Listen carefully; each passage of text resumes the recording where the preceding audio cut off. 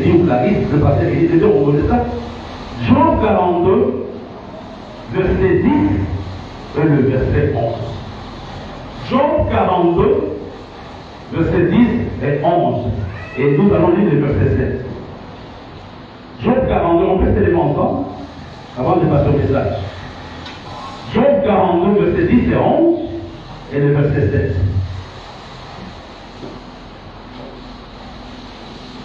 À deux, nous lisons une par deux. L'Éternel établit Job dans son premier état. Quand Job y priait pour ses amis, et l'Éternel lui accorda le double de tout ce qu'il avait possédé.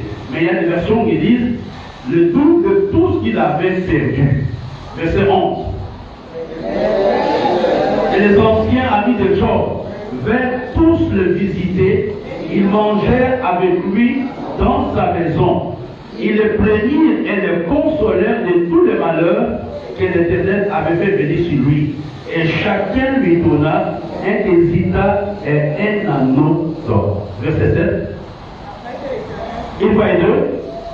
Après que l'Éternel eut adressé ses paroles à Job, il dit à Éphaz et à ses membres, ma colère est enflammée contre toi et contre tes amis, parce que vous n'avez pas parlé de moi avec voiture, comme l'a fait mon serviteur Job. Il y a quelques sujets de prière que nous allons faire. Je ne peux pas m'égarer dans un enseignement, mais on va prier. La Bible dit que quand Job avait prié pour ses amis, qu'est-ce que l'Éternel avait fait? Oh. Qu'est-ce que l'Éternel avait fait? Il avait reçu le double de tout ce qu'il avait perdu. Qui étaient ses amis? Pourquoi Dieu les juge? Ce sont ces hommes qui avaient jugé Job, qui passaient leur temps à mal parler de Job. Et Dieu les avait punis. Et la seule façon d'être guéri pour ces gens était de venir voir Job.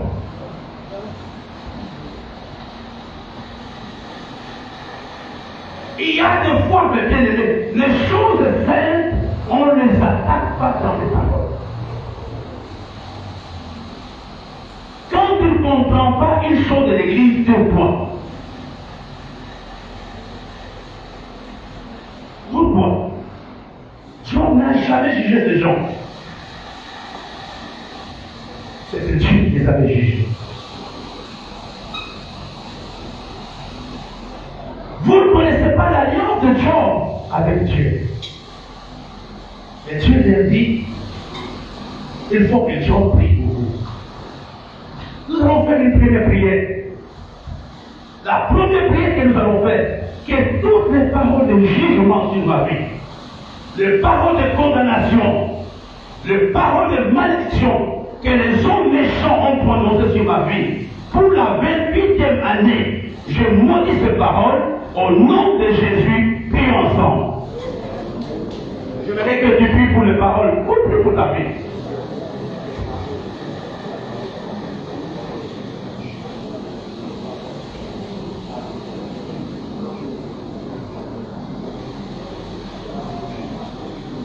Ce n'est pas Dieu qui avait prié pour les amis de Job, c'était Job. Le pasteur nous a dit quelque chose, le pasteur a dit, et le pasteur Clarisse, il y a beaucoup de choses qui sont dites sur l'église. Il n'y a pas l'onction, il n'y a pas ceci, il n'y a pas ça. Mes frères, les choses que tu ne connais pas, il faut apprendre à te taire. Regardez, ces gens croyaient, ils ont condamné Job, ils croyaient bien faire, mais Dieu le punit. Ce matin, tu dois évoquer toutes les paroles qui sont prononcées sur l'église, sur le pasteur, sur ta famille, que pour la nouvelle année, je veux commencer une nouvelle année sans étiquette. Je veux commencer une nouvelle année sans étiquette. Est-ce qu'on peut prier ensemble ce matin? Je veux dire que chacun prie. Et c'est dangereux. de parler des choses de Dieu, comme si c'était ta maison, comme si c'était ta ferme. C'est la maison de Dieu. Est-ce qu'on peut prier ensemble? La sœur dit, tu peux prier. Seigneur, dans le nom de Jésus, nous voulons ce matin, Seigneur, priver, annuler et anéantir les paroles de jugement, de condamnation, Seigneur, qui sont prononcées, Papa, sur ton Église, sur nos vies, sur nos familles. Nous déclarons ces paroles nulles et sans défaut au nom de Jésus. Nous déclarons ces paroles nulles et sans effet. Nous les anéantissons, nous les déracinons au nom de Jésus. Nous condamnons ces paroles, qu'elles soient sans effet dans le nom de Jésus de Nazareth. Que leurs effets soient annulés et anéantis au nom de Jésus. Père, que toutes les langues qui s'élèvent pour nous condamner, pour nous juger, pour placer une étiquette, Seigneur, sur nos vies, Papa, soit ce matin brisé et anéanti dans le nom de Jésus. Amen. Nous allons prier pour le deuxième sujet qui a été donné. La Bible dit que l'Éternel rétablit Job dans son premier état, mais en ayant le double. Nous allons prier avant que le pasteur nous prie pour la restauration de l'Église. Que les choses que nous avons perdues, nous voulons, Seigneur, pour la 28e année, qui était dans le double. Prions ensemble. Tu as perdu la santé, tu as perdu le mariage, tu as perdu le ministère, tu as perdu les relations. Que Dieu t'accorde pour la 28e année le double. Nous allons prier et le révérend nous va prier.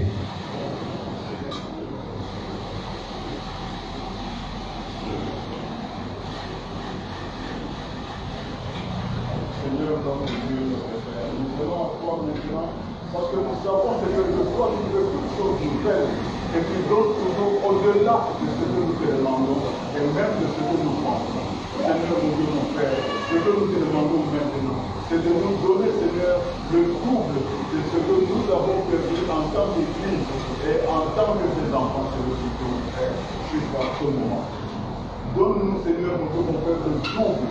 Rétablis-nous dans le double de ce que nous avons été, Seigneur, mon Dieu, mon Père. Et redonne-nous, Seigneur, mon Dieu, mon Père, le double de l'éclat de ta gloire qui s'est reflété dans toute l'Église. Au nom de Jésus. Amen. Le verset 11 nous dit, le frère et les sœurs, les anciens amis de Job, vinrent tous le visiter. Ils mangèrent avec lui dans sa maison. Ils les plaignaient et les consolèrent. L'Éternel avait fait venir chez lui. Et chacun lui donna un kessita et un anneau d'or. Le dernier sujet, on va briser maintenant tout esprit de rejet dans nos vies et que Dieu nous redonne des choses que nous avons perdues. Écoutez, quand Job souffrait, ces gens ne l'ont pas aidé. C'est après la prière que chaque personne est venue aider Job. Une nouvelle page avait commencé dans la vie de Job.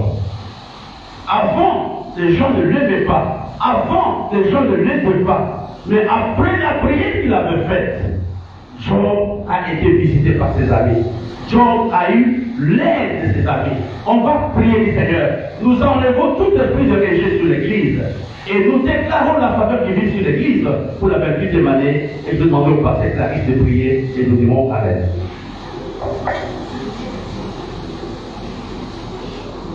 Seigneur, ce matin, dans le nom de Jésus, proclamons ta faveur sur l'Église. En cette proclamons ta grâce, Seigneur Jésus.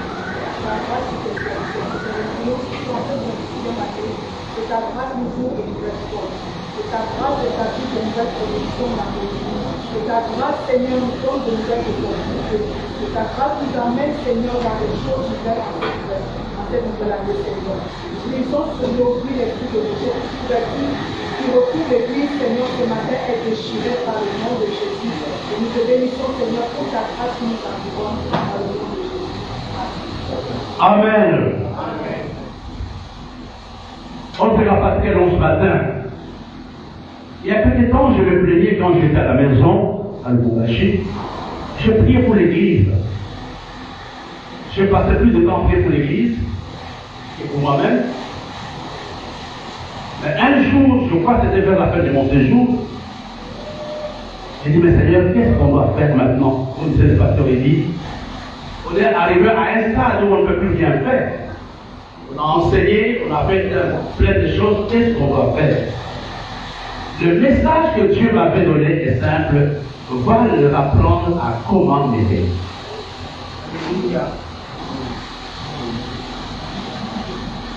Ça, c'est quelque chose qui me choque, qui m'avait choqué. Il a dit non, ces gens ne m'aiment plus. Va les dire comment ils doivent m'aimer.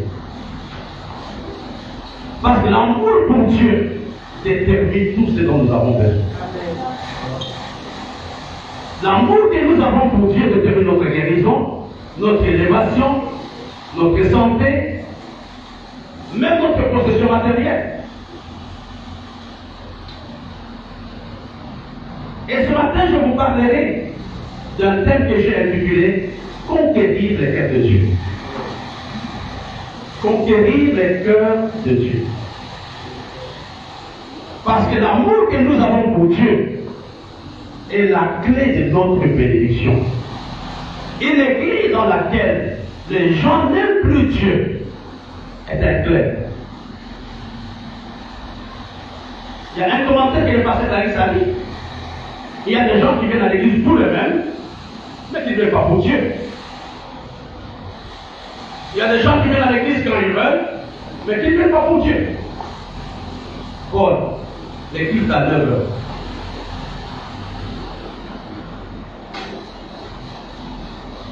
Ce matin, nous voulons parler de conquérir les cœurs de Dieu. Parce que la base même de notre miracle et de nos bénédictions. Il y a beaucoup de témoignages que je vais donner ce matin.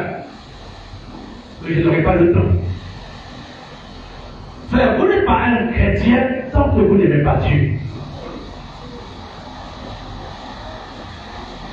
Et des fois, on se trompe, on croit, on aime Dieu, or on s'aime soi-même. On aime son Dieu, on aime sa famille. Mais il y a peu de gens, mes frères et sœurs, qui aiment Dieu au vrai sens du mot. Allons dans le livre de Deutéronome, chapitre 6, vous êtes, je ne sais pas.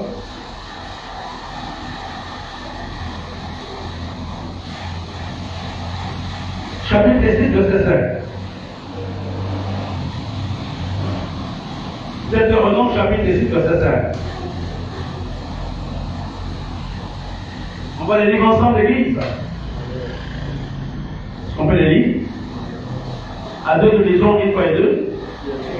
Tu aimeras l'Éternel ton Dieu de tout ton cœur, de toute ton âme et de toute ta force. L'amour pour Dieu implique trois aspects.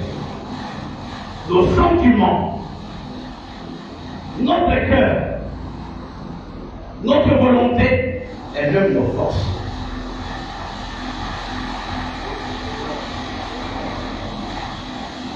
Ça, c'est la parole de Dieu. Ça, c'est Dieu me dit le verset 10. Et ces commandements que je te donne aujourd'hui seront dans ton cœur. Le premier commandement que Dieu nous donne, c'est de l'aimer lui.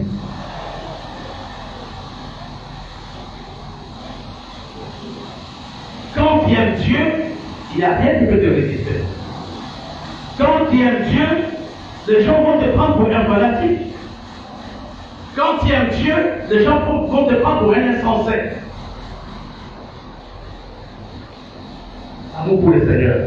Regardons encore le parole du Seigneur lui-même. Dans Matthieu chapitre 22.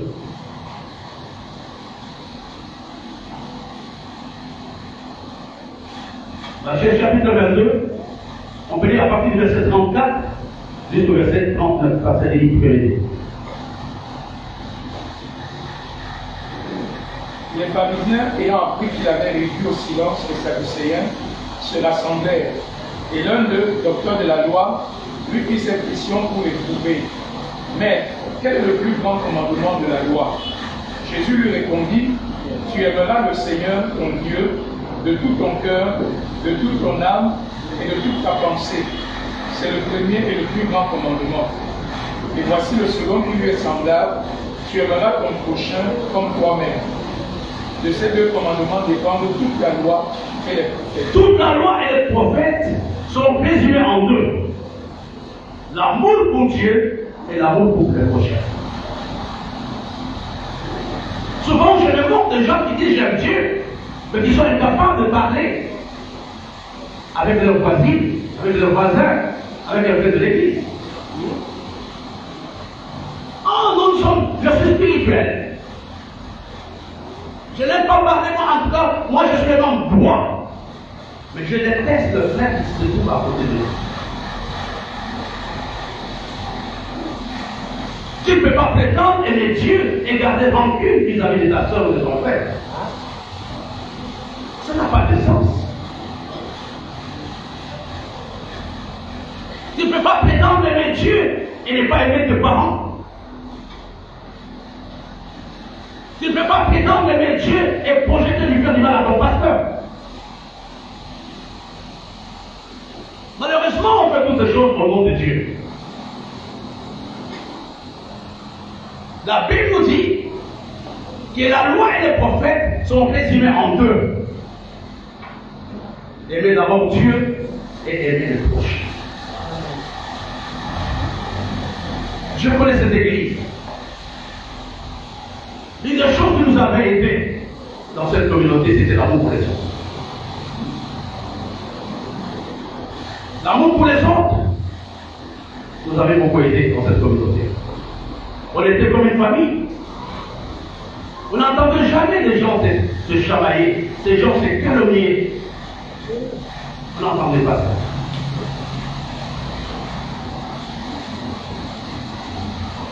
Quand une église quand le gars veut détruire une église, il attaque ces deux choses. La première chose, il amène les chrétiens à être chrétiens sans amour pour Dieu. Et il amène les chrétiens à ne pas avoir de relations fraternelles sincères.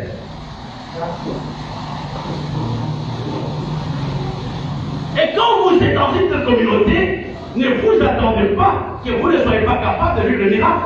Même dans votre propre vie, il n'y a pas de miracle.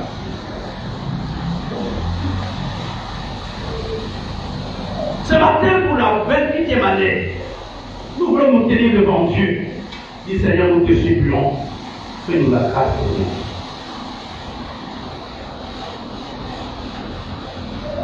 Fais-nous la grâce de t'aimer. C'est la base du miracle. C'est la base du pardon. C'est la base du progrès. Le progrès n'est pas en fonction de prière ou de raisonnement. Les bénédictions sont en fonction de la confiance de Dieu en Dieu. Parce que l'amour pour Dieu entraîne la pleine confiance que Dieu donne au Seigneur. Et pendant le message, nous serons surpris.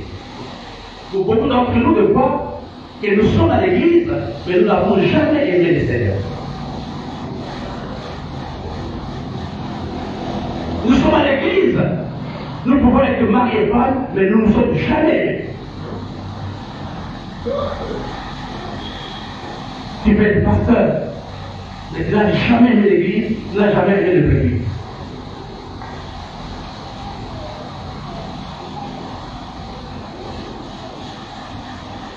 Je vous donnerai 5 petits points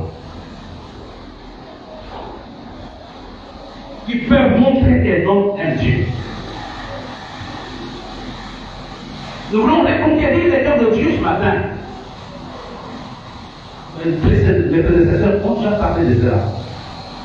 Regardons dans le Jean chapitre 21, verset 17. Ça c'est les vous l'avez sur une belle, un de vos péméliques. Jean chapitre 21, verset 17.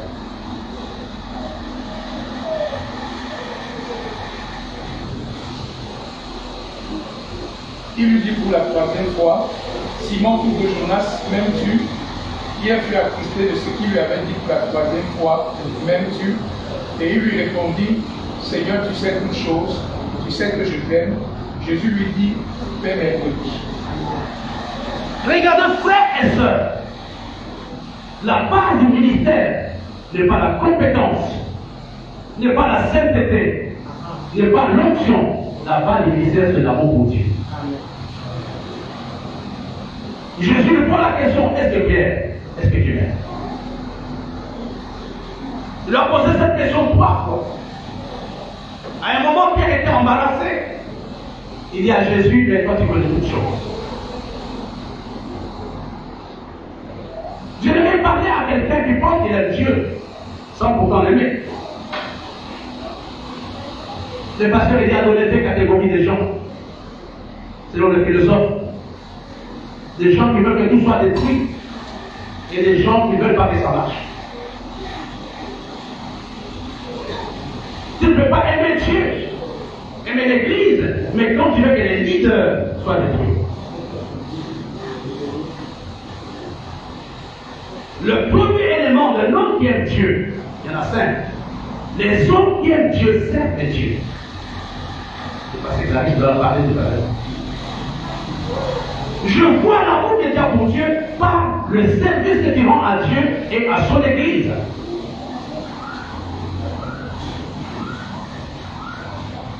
Parce qu'il y a des gens qui pensent que tout est fait instantanément. La salle, c'est là seul. Le micro s'achète seul. Mais non, il y a des gens qui font ça.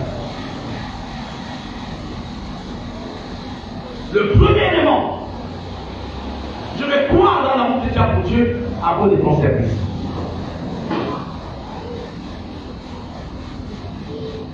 L'amour pour Dieu ne nécessite pas l'argent.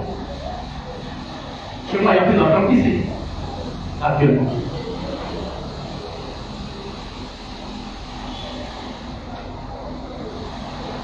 Quand tu aimes Dieu, tu vas le servir. En dépit des obstacles, en dépit des critiques, en dépit des combats, il va dire, je vais te servir. Ça, c'est le premier élément.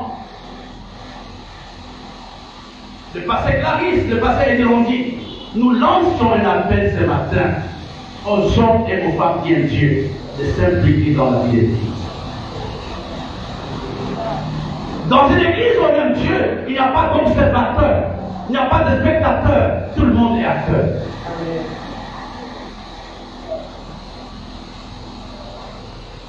Il y a une jeune dame qui vient d'arriver. On n'a jamais recruté pour nettoyer la salle. Et quand il y a un nettoyage, le protocole me dit, telle sœur était avec nous jusqu'à la fin. Quand tu aimes Dieu, on n'a même pas besoin de te demander un service. Tu vas le faire spontanément. Pour les femmes, des hommes avec qui je travaille, ils savent à quel moment j'appelle leur mari. Je n'ai pas d'heure pour appeler. Quand j'ai une idée, elle dit, tu peux me faire ça? Ben, tu peux me faire ceci? Quelle que soit l'heure, je l'appelle, je les appelle. Quand les gens se poussent, on habitué, quand ça sonne, que c'est le vieux, encore c'est lui. Lui, il est rentré, il n'est pas fatigué. Lui, ne dort même pas.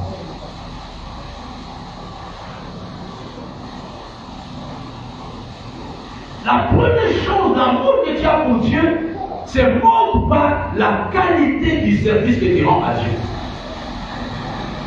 Et aujourd'hui, mes bien-aimés, les gens n'ont plus besoin de notre service. Les gens ont besoin de la qualité de notre service.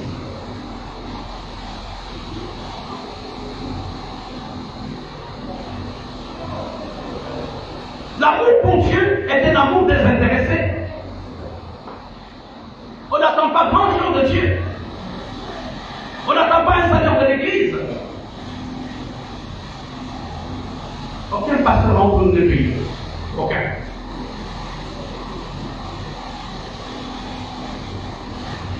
Nous savons que personne ne paye. Mais Dieu nous a aidés. Depuis que je suis dans le lycée Temple, il y a une trentaine d'années, je ne connais pas ce qu'est le salaire. Mais par la grâce de Dieu, les enfants ont fini l'école, tous à l'université. Sans aucun plan de l'extérieur.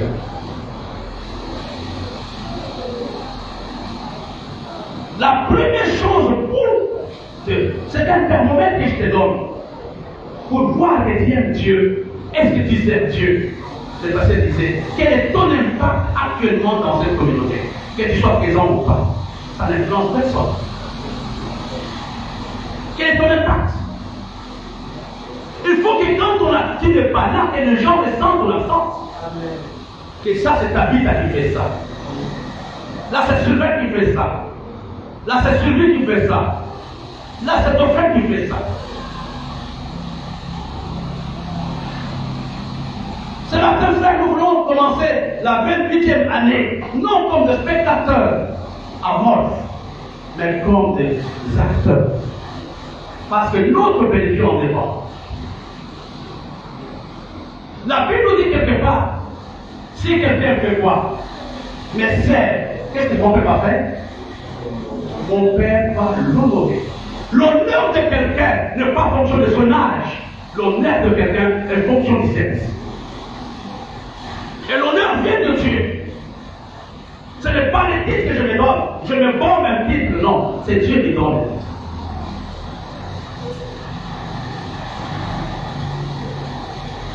Regardons, pasteur, 1 Jean chapitre 3, verset 8, 18. 1 Jean chapitre 3, verset 18.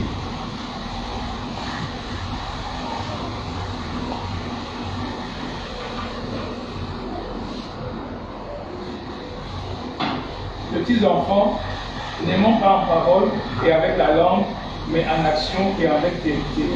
Voilà. La deuxième chose, l'amour pour Dieu, c'est un monde par les actes que nous posons pour Dieu.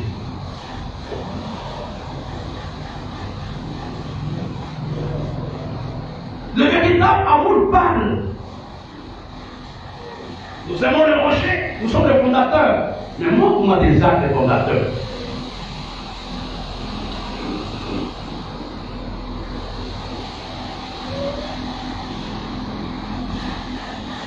N'aimons pas en parole. Dieu attend cette année. Il néglige les gens qui font des actes concrets par leur amour. J'ai le témoignage de quelques personnes. Quand je devais consacrer Edith, pasteur, ses parents s'étaient proposés. Surtout la maman. Elle ne voulait pas. Et j'avais dit au pasteur, elle dit, nous n'allons pas te consacrer avant que tes parents ne soient d'accord. Et Dieu avait permis que les parents acceptent. Je n'ai pas oublié les paroles de la maman de dit que c'est Dieu qui m'a donné un fils. S'il me le prend, il saura comment s'occuper de nous. L'amour pour le Seigneur nous amène à avoir des cicatrices pour Dieu. Quelles sont des cicatrices pour Dieu?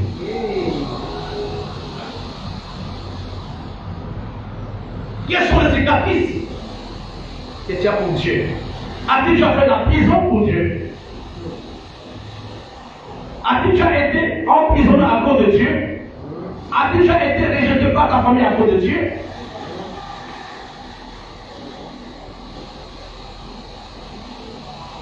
L'amour pour Dieu nous met dans une position de foi où nous sommes totalement incompris, même par les autres.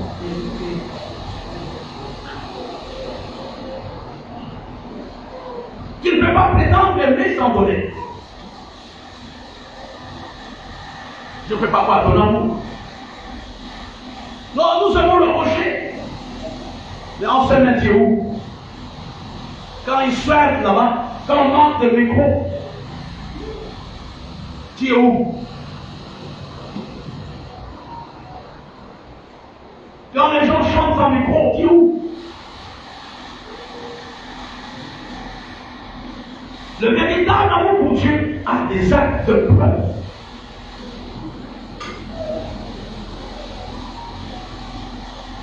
A de preuve.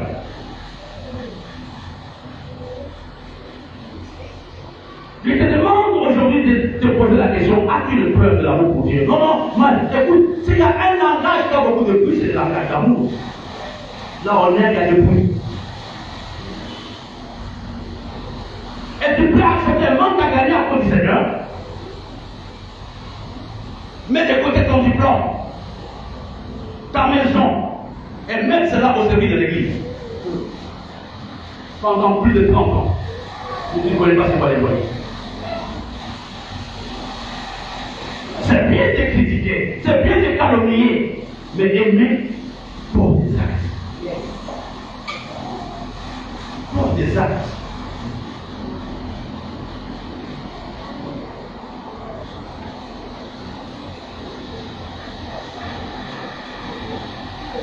Ça me réjouit de voir que certains de mes enfants sont dans le ministère aujourd'hui.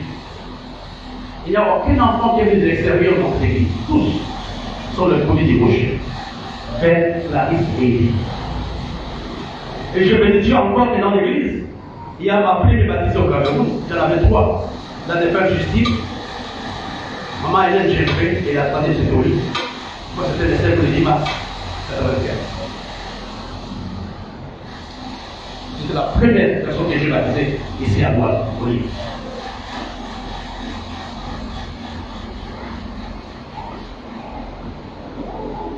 Dieu veut nous amener pour la 28e année à être chrétiens avec des actes concrets, des actes qui parlent. Que j'ai vendu ma maison, comme l'église primitive, tous avaient vendu leurs biens et ils avaient amené cela au pied des disciples.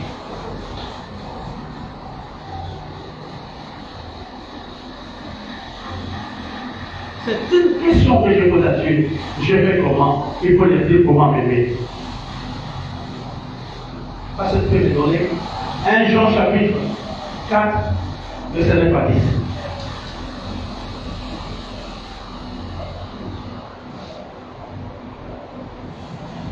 L'amour de Dieu a été manifesté envers nous en ce que Dieu a envoyé son Fils sur le monde afin que nous vivions par lui.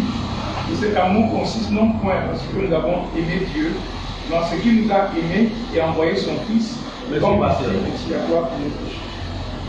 Le troisième élément, l'amour pour Dieu doit avoir une preuve tangible.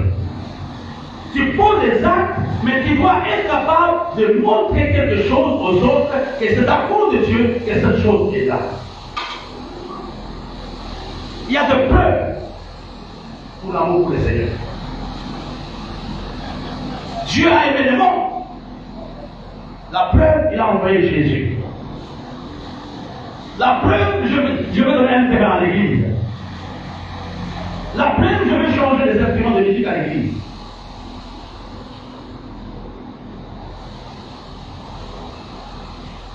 Vous savez, il y a toujours une différence entre l'offrande et les collectes. Les offrandes, on n'achète pas des choses avec. Ce sont des collectes qu'on utilise pour acheter. Les offrandes, c'est pour l'entretien du presbytère.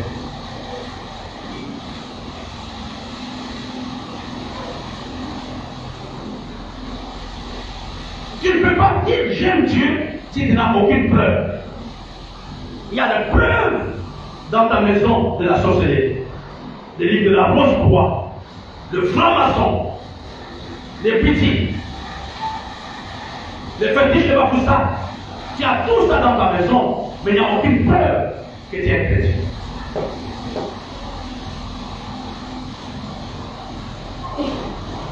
Jésus dit, le prince de ce monde vient, mais je n'ai rien de lui.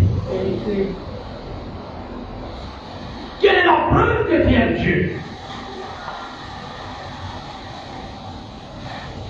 Quelle est la preuve que tu aimes Dieu?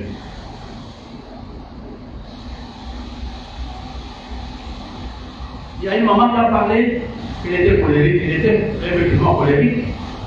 C'est l'amour pour le Seigneur qui l'a amené à changer. Un jour, elle avait beaucoup de pasteurs au début. Je suis parti la voir, on allait à Bafoussa. Je lui ai dit, maman, choisis aujourd'hui qui est ton pasteur. Si tu veux que les rochers vivent, choisis un pasteur. Si tu veux qu'il meure, aide beaucoup de pasteurs. Maman, il a dit, c'était Dieu qui m'a pas répondu. Il a dit, aucun pasteur ne viendra encore ici à la maison. En 96. L'amour pour Dieu nous amène à être patients.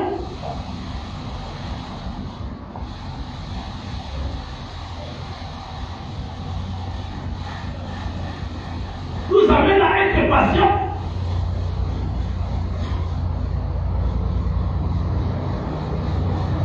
Il faut donner le preuve de l'amour de Dieu pour Dieu.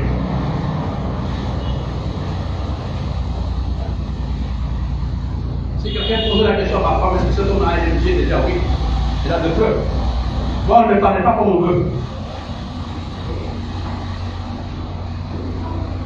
Mais je regrette que j'ai tapé des gens. Je regrette toujours.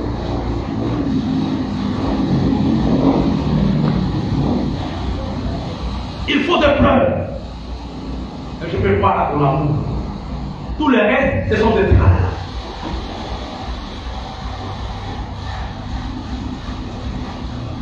J'ai vu des gens dans cette église qui travaillent jusqu'à minuit. rentrer dans leur maison à pied. Et ne même pas être ceux qui allaient manger ce jour-là. Pourquoi tu n'es pas à l'église? Non, je n'ai pas de transport. Mon Dieu. Transport. Transport. Pourquoi tu n'es pas à l'église? Je n'ai pas d'habit. Je me suis habillé de la friperie. Olive et Véronique allaient les chercher là-bas. Je mettais la peinture 44 avec le papier dedans. Et quand je marchais, les chaussures ne sortaient pas. Et j'étais content de mettre ça à Codicère.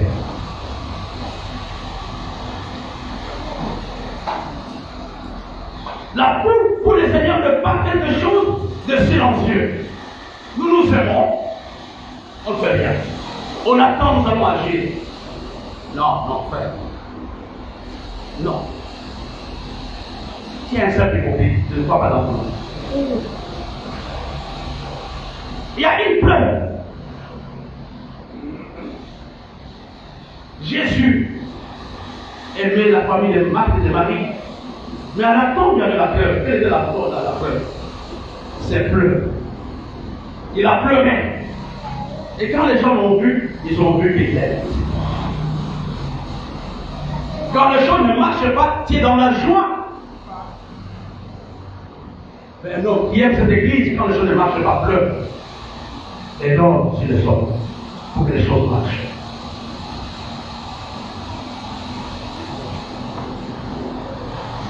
Et c'est de quoi nous faisons de bruit inutile. Mais Dieu connaît qui lui appartient. Dieu connaît avec qui il a l'alliance. Peut-être Dieu ne te connaît même pas.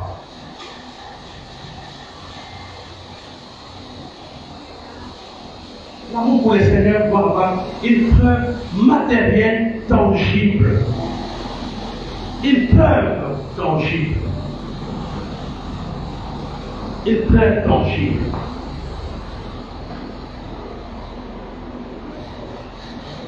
La quatrième chose, pasteur peut m'aider, 1er roi chapitre 18, verset 36 à 39.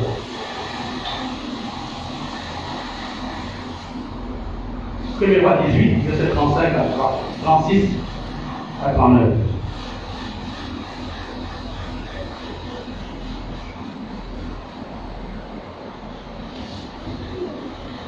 Au moment de la présentation de l'offrande, Élie le prophète s'avança et dit: Éternel Dieu d'Abraham, d'Isaac et d'Israël, que l'on sache aujourd'hui que tu es Dieu en Israël, que je suis ton serviteur et que j'ai fait toutes ces choses par ta parole. Réponds-moi, Éternel, réponds-moi afin que ce peuple reconnaisse que c'est toi, Éternel, qui es Dieu et que c'est toi qui ramènes leur cœur. Et le feu de l'Éternel tomba et il consuma de l'holocauste le bois, les pierres et la terre, et il absorba l'eau qui était dans le fossé. L'amour pour Dieu est un amour sacrificiel. On ne peut pas aimer Dieu sans consentir un quelconque sacrifice. Sacrifice de son diplôme, sacrifice de son temps, et même de son honneur.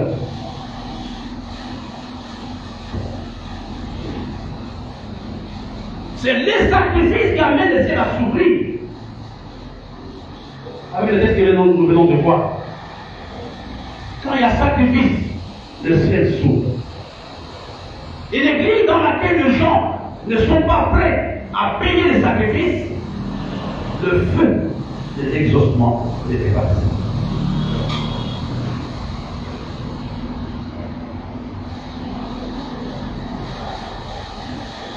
Je me rappelle il y a quelques années, il y avait une sœur ici, c'est une Christiane qui avait écrit à mes enfants.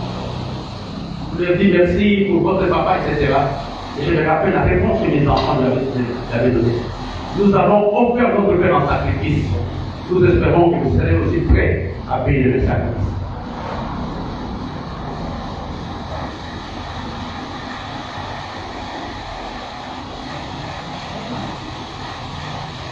Vous savez, quand vous voyez les ministères de l'extérieur, c'est plus facile de juger. Mais il faut demander aux gens qui sont dans les ministères, ils diront le prix que nous payons.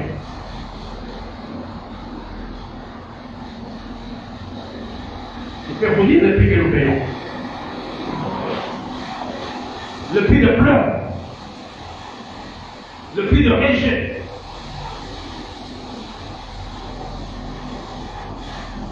Il y a des moments où on n'a pas mangé. Mais il n'y a pas un autre chemin que d'aimer Dieu avec sa vie.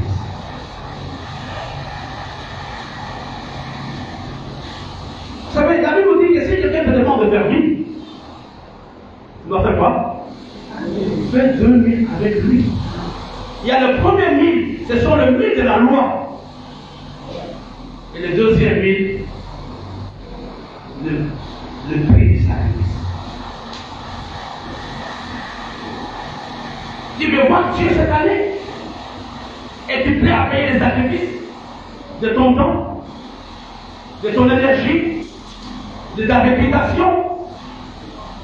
Quand on est du côté de la vérité, les gens ne vont pas vous aider. Il y a beaucoup de combats que j'ai eus. Je ne les ai pas eus en tant qu'individu. Je les ai eus en tant que pasteur, parce que j'ai défendu la vérité.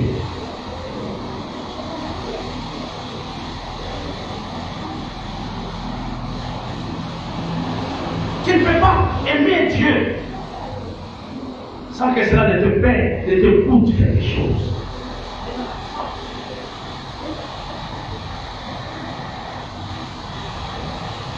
Causer avec le femme de temps plein, comme Marie, elle vous dira c'est quoi avoir un mari temps plein. Il y a des moments il accepte, il y a des moments il n'accepte pas. Aujourd'hui il commence à l'accepter, mais il y a du temps. Je sais de quoi je parle, elle n'accepte pas. À cause de ça, les sont là.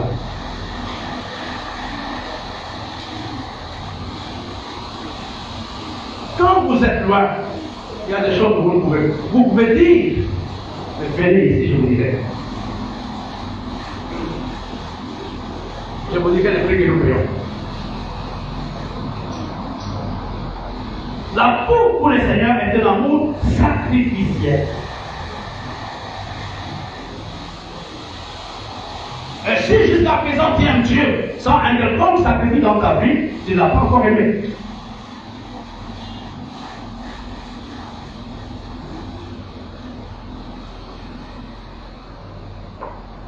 Je me rappelle avec mon ami de Victor Hugo, avec Marianne, qui ont fait ici aujourd'hui. Nous allions à Bangui en mission. Mais il n'y avait pas un autre avion que l'avion qu'on devrait prendre. Et Marianne était déjà, comme on dit en français, en travail, comment on dit? Travail quand elle va coucher. En travail. Nous partions en pleurant, elle pleurait. Elle dit que non, ne reste pas, il dit à son mari, allez en mission, on allait à Bangui. Le mec d'Oregon pleurait. J'ai pleuré, Michel pleurait, Marianne pleurait, on a pris l'avion. C'est quand nous sommes arrivés à Bangui, on nous a dit, Jonathan, viens d'aider. Il y a un chant que nous exécutons de fois comme des inconscients. Jusqu'au bout, je veux te suivre dans les bons, les mauvais jours. À toi pour mourir et vivre, à toi Jésus pour toujours. Il faut qu'il te sait connaître, savoir être mal jugé, endurer les jours mêmes, du monde très méprisé, jusqu'au bout, je veux te suivre, dans le monde, le monde est à toi pour mourir et vivre, à toi Jésus pour nous. Il faut qu'il te se connaître. C'est le sacrifice de l'amour pour Dieu.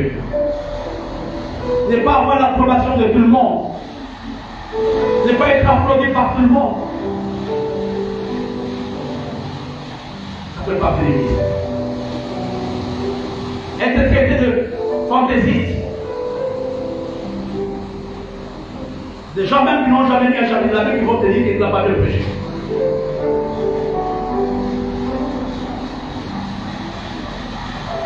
sacrifice que nous faisons. Quand tu aimes le Seigneur comme les gens du monde, vont t'enseigner. Un de mes fils, ce sont les gens du monde qui sont en train de l'appeler aujourd'hui pour lui dire non, viens faire des sacrifices pour enlever la malédiction. Je lui dis qu'il faut les dire que tu ne viens pas. C'est des questions qu'on t'abandonne définitivement. Le cinquième trait caractéristique de l'amour pour Dieu, c'est quand nous obéissons au commandement de Dieu et au commandement de l'Église.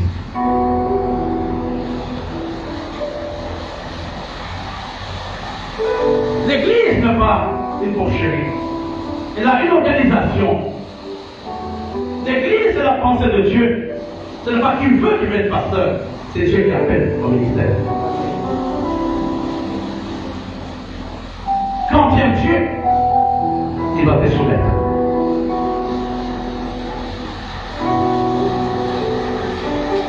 Quand je suis arrivé à l'église, je n'avais aucun respect pour mon pasteur.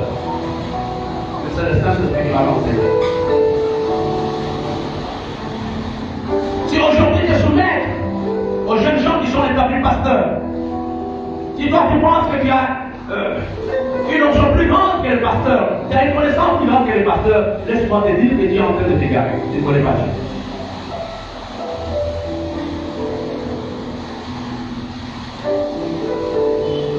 Un homme qui aime Dieu est un homme soumis. On va t'appeler Mawitiste. On va t'appeler ton pasteur t'a déjà dominé. Je ne domine personne. Ce sont des gens qui connaissent Dieu, qui se soumettent à eux.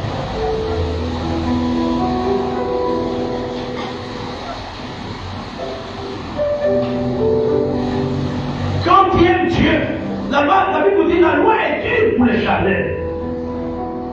Mais pour les hommes spirituels, la loi est facile.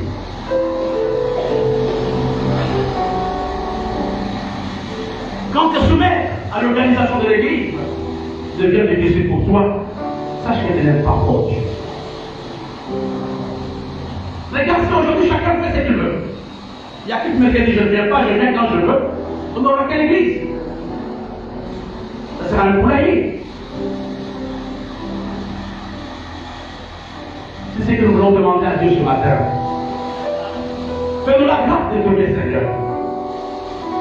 Je ne t'ai jamais aimé, mais je vais t'aimer ce matin. Je noté 7 petits points sans commentaire, mais je vous donnerai les avantages que nous avons quand nous aimons Dieu. Il y a 7 choses qui découlent de l'amour que nous avons pour Dieu. La première chose, quand nous aimons Dieu, nous expérimentons l'appui de Dieu. Dieu donne son appui, réveillez cet homme. Dieu donne son appui à ses fidèles.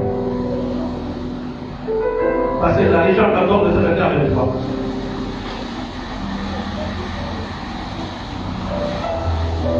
Jean 14 de ce avec toi. Jean 14.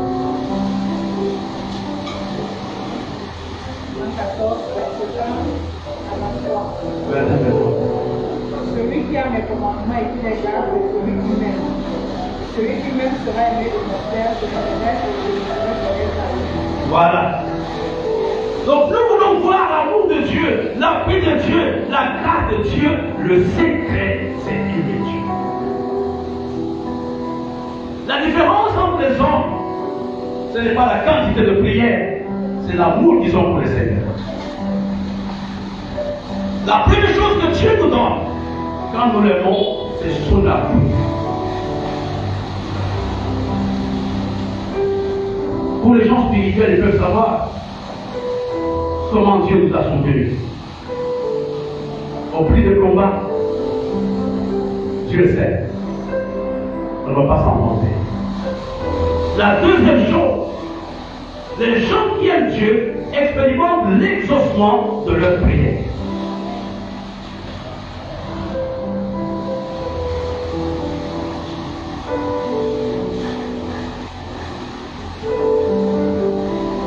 Dans le texte que nous avons vu après le passé Clarisse, il a dit que mon Père se fera connaître à lui. Quand tu aimes Dieu, tu fermes les yeux, il te révèle des choses. Quand tu aimes Dieu, il touchera des gens pour venir te donner. Sans aucun effort. Il y a des gens, quand je compte avec certains hommes de Dieu, ils ne peuvent pas te dire comment ils ont payé la scolarité de leurs enfants.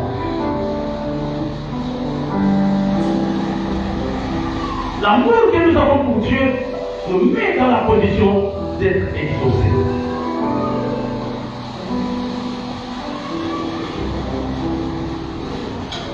Ça c'est les 2 Chroniques chapitre 15, verset 12 à 15.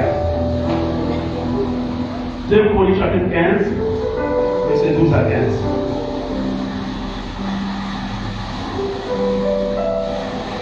Ils prirent l'engagement de chercher l'Éternel, le Dieu de leur père, de tout leur cœur et de toute leur âme, et quiconque ne chercherait pas l'Éternel, le Dieu d'Israël, devait être mis à mort, petit ou grand, homme ou femme, et jurait fidélité à l'Éternel à voix haute, avec des cris de joie et au son des trompettes et des cordes. Tout Juda se réjouit de ce serment, car ils avaient juré de tout leur cœur, ils avaient cherché l'Éternel de plein gré, ils l'avaient trouvé, et l'Éternel leur donna du repos de tout. L'amour pour Dieu nous donne le repos. Il y a des gens qui sont dans leur vie est difficile. Ils ne comprennent pas les tenants et les aboutissants de leur vie. Ils n'auront pas de repos. Ils ont une vie agitée. Mais quand tu aimes Dieu, il y aura la tranquillité dans ton ministère. Il y aura la tranquillité dans ton mariage. L'amour pour Dieu apporte le repos. La Bible nous dit qu'il y a des gens qui se lèvent tôt le matin pour se battre, pour chercher le pain. Mais Dieu en donne à ses bien-aimés qui dorment tranquillement. L'amour pour Dieu me donne le repos. Je ne m'ajoute pas, je mets ma confiance en lui. Dieu ne sait pas ce qui m'attend demain.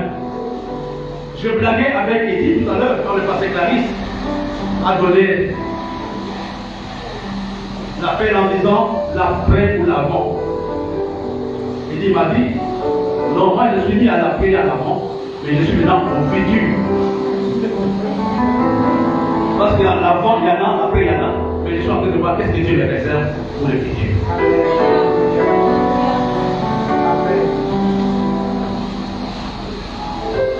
Frère, ton mariage est en péril, ton travail est en péril, ta famille est en péril. Je te donne le secret. Ce n'est pas la sagesse du monde, mon frère. C'est l'amour pour Dieu. Parce que Dieu utilise la sagesse de faire pour comprendre les sages du monde. L'amour que nous avons pour Dieu nous donne le repos et la tranquillité. J'ai un témoignage de mon propre fils, mon fils aîné. Il nous avait appelé un jour, passer boulot, passer Rédi, en disant faites-moi la délivrance. Il m'a donné le nombre de jours pour sa délivrance. Je pense que quand les gens le regardaient ici, tout le monde n'avait aucune considération. Quand vous regardez Béla, mais je me dis Béla, confie-toi à Dieu. Aujourd'hui, il a une bonne femme. Alléluia. Il a de bons enfants. Amen. Il a son église. Amen. Quand nous aimons Dieu, nous avons le repos.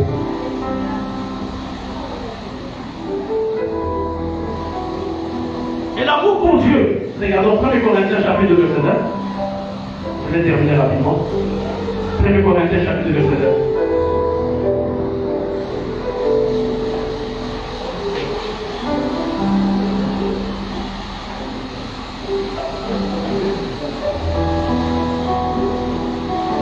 Comme il est écrit, ce sont des choses que l'œil n'a point vues, que l'oreille n'a point entendues, et qui ne sont point montées au cœur de l'homme, des choses que Dieu a préparées pour ceux qui l'aiment. Frères et sœurs, l'amour pour Dieu nous donne de nouvelles choses. Si nous voulons avoir une nouvelle onction, une nouvelle grâce dans l'église, la seule chose, la seule condition est pour Dieu. Quand nous aimons Dieu, de nouvelles choses arrivent dans nos vies. Une vie sans Dieu est une vie monotone. qui tournent en rond, qui est la même personne, mais avec Dieu, il va de progrès en progrès. On va terminer avec deux petits versets. Pasteur Clarisse, Romains 8, verset 28, et Pasteur Eddy, Matthieu 16, 18.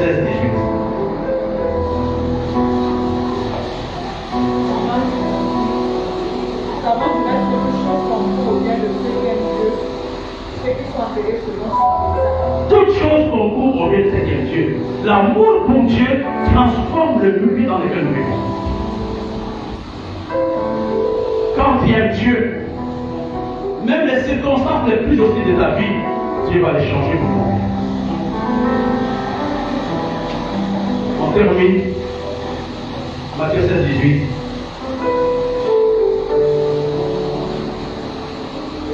Je te donnerai les clés du royaume des cieux. Ce que tu liras sur la terre sera lié dans les cieux, et ce que tu délieras sur la terre sera délié dans les cieux. Merci, pasteur. Nous voyons deux petites choses avant de terminer. L'amour pour Dieu nous confère les clés du royaume. Quand tu aimes Dieu, les démons se soumettent à toi. Quand tu aimes Dieu, la sorcellerie se soumet. Quand tu aimes Dieu, même les choses qui sont faites en secret, tu seras informé. C'est à cause de l'amour pour Dieu que nous pouvons connaître les pensées des hommes.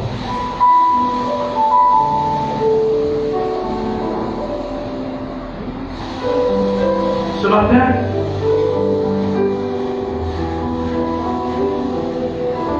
c'est un message qui nous concerne tous.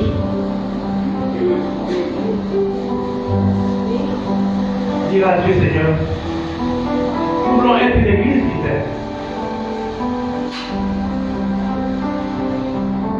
Je ne veux pas seulement être ce chrétien qui vient quand il veut. Je veux t'aimer de tout mon cœur, de tout mon être, de toutes mes pensées. Prends ma jeunesse, prends ma maison, prends mes diplômes, et toi péché. Nous allons prier. Chacun va prier maintenant. Chacun va dire, Seigneur, ce matin, je vais Dieu devant toi. Regarde les 5 points que nous venons de voir. Tu n'aimes pas Dieu. Tu n'aimes pas Dieu. Tu n'aimes pas Dieu. Mais ce matin, Dieu nous dit, si nous voulons aller loin pour la 28e année, la clé c'est dans l'amour. L'amour pour Dieu nous amène à être incompris. L'amour pour Dieu nous amène à prendre des décisions de fatal. C'est ce que nous voulons demander ce matin. Par le groupe de prière, tout le monde est posé. Demandons au pasteur, Ben, pasteur Clarisse et pasteur Eddy de prier pour nous en conclusion de ça ce matin.